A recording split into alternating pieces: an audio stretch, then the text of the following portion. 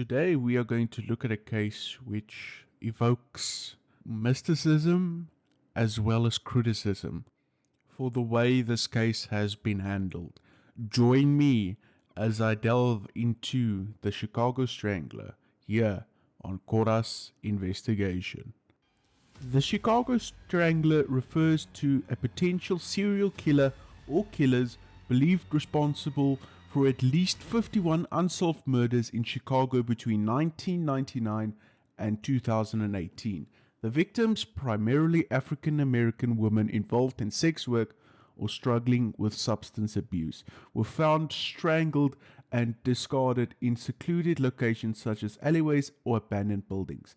Despite the disturbing pattern of killings, the Chicago Police Department, which I'll refer to as the CPD, has not officially linked the cases due to the lack of evidence. This has sparked significant concern and criticism, particularly from the victims' communities who believe that the systematic biases contributed to the lack of urgency in the investigations.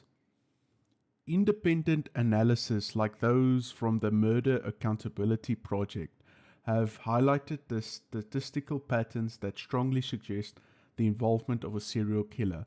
The term Chicago Strangler captures both the fear of an active serial killer and the frustration of the perceived negligence by the law enforcement. The case remains one of Chicago's most chilling unsolved mysteries, with ongoing calls for more thorough investigation.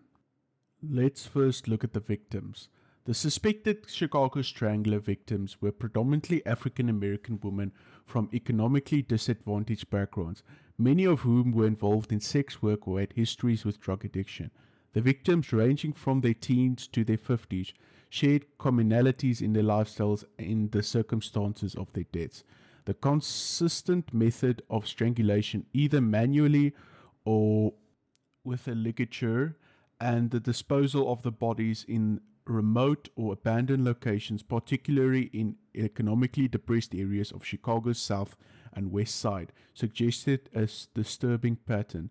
These locations were often areas with limited police presence and community resources. The similar profiles and consistent method of killing led to some criminologists to believe that a single perpetrator or small group of perpetrators might be responsible for the murders. Despite the patterns, the CBD has not publicly linked the cases, complicating efforts to connect the murders definitely.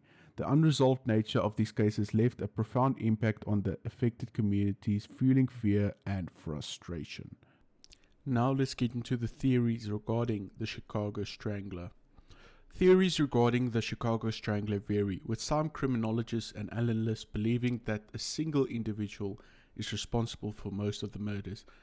This theory is supported by the consistent method of strangulation and the similar victim profiles.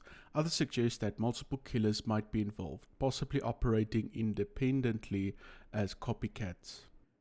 Another theory speculates that the murders were committed by opportunistic killers who preyed on vulnerable women, with a similarity in the method of killing coincidental. A more critical theory focuses on systematic issues such as racism and classism that might have contributed to the failure to solve these cases. Some even suggest that organized crime or traffic networks could have been involved, using murder as a means of control or punishment. Despite these theories, the CPD has officially not endorsed any theories, citing a lack of conclusive and forensic evidence. The uncertainty continues to fuel fear and distrust within the community. Now, the main reason why a lot of people are very dissatisfied with this case is the involvement of the police. Let's look into this. The CPD initially investigated each murder individually rather than as part of a connected series, largely due to the absence of definitive forensic evidence linking the cases. This approach, combined with the varying levels of urgency depending on the case, left many murders unsolved for years. Despite apparent patterns, the CPD has hesitated to declare the murders as the work of a serial killer, citing the lack of conclusive evidence. This hesitancy has drawn significant criticism from the community and activists who argue that systematic issues led to the deprioritization of these cases. In response to the public pressure, the CPD has occasionally revisited the cases, sometimes with assistance from federal agencies like the FBI. However, the formation of the dedicated task force has been inconsistent, and the case remains open with no definitive evidence pointing to a single perpetrator. And what about the suspects? Surely they must have some idea of who the suspect is. Well, unfortunately, no suspects have been officially identified or charged in connection with the broader series or murders attributed to the Chicago Strangler. Although there have been arrests in individual strangulation cases, none have been conclusively linked to the patterns of murders. The significant challenges in identifying a suspect lies in the lack of conclusive forensic evidence that could connect the cases. The victims' transit lives and the poor preservation of evidence have further complicated efforts to trace their last known whereabouts or establish a clear timeline. The Murder Accountability Project conducted an analysis suggesting potential connections between cases, but no specific individual has been identified by law enforcement.